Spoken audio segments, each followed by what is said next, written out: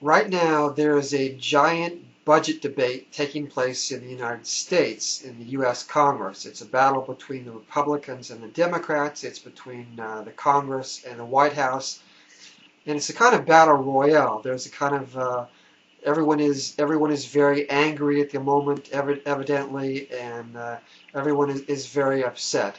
Uh, right now, there's a projected deficit for fiscal 2011 of $1.65 trillion dollars, which is just a surreal amount of money, and you wonder how we ever got to this disastrous situation. And you can't help but feel a kind of terror for the future.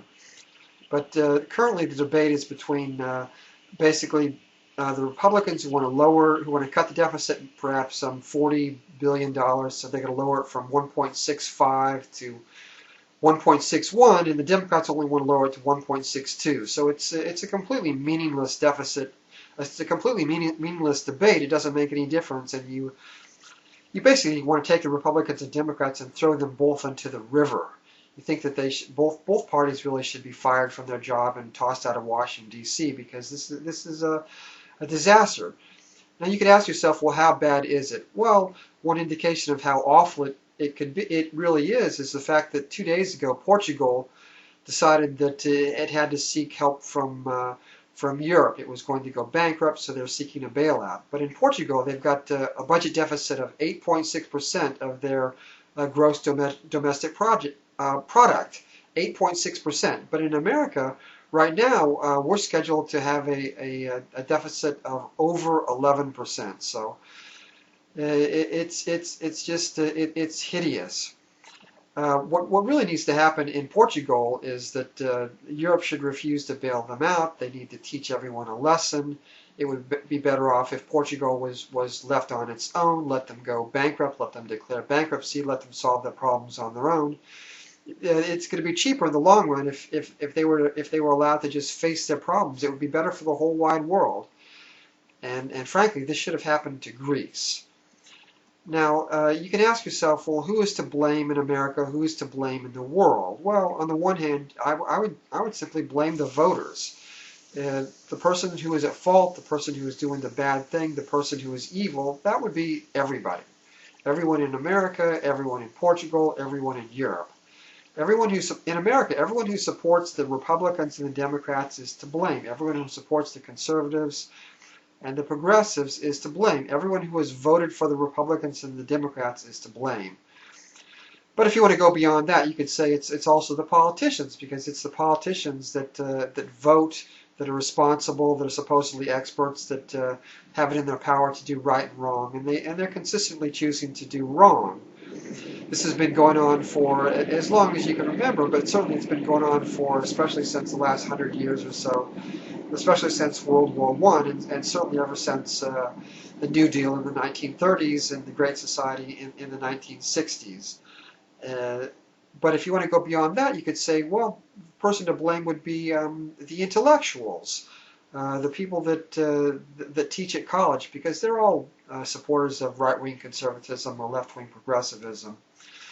The people that teach at Harvard and Stanford and Oxford, these are the ones that can't really understand anything about anything when it comes to politics and economics. I think there's a grand total of like one libertarian that teaches at Harvard and maybe zero at Yale and Princeton and Stanford and Oxford and Cambridge. The name of the guy, by the way, is Jeffrey Myron, and yes, he really is a libertarian.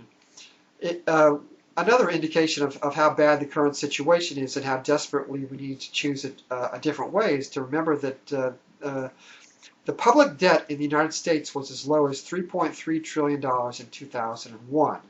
Now, it's kind of confusing to separate the deficit from the debt and to try and figure out what people really mean when they say public debt. It took me a long time to figure it out myself, but in general, the public debt is a kind of a combination of everything which is in all those trust funds and America does have a certain amount of money which is in trust funds such as Social Security trust funds and Medicare Part A and the trust funds for the civil servants and for the military. And basically, the deficit right now is maybe like $14.3 trillion, and the trust funds are maybe $4.6 trillion. So if you add it all up, the public debt or the real debt or the unified debt, or what I consider to be the best and most accurate representation of the total debt which America owes, which the American federal government owes, is about $9.6 trillion.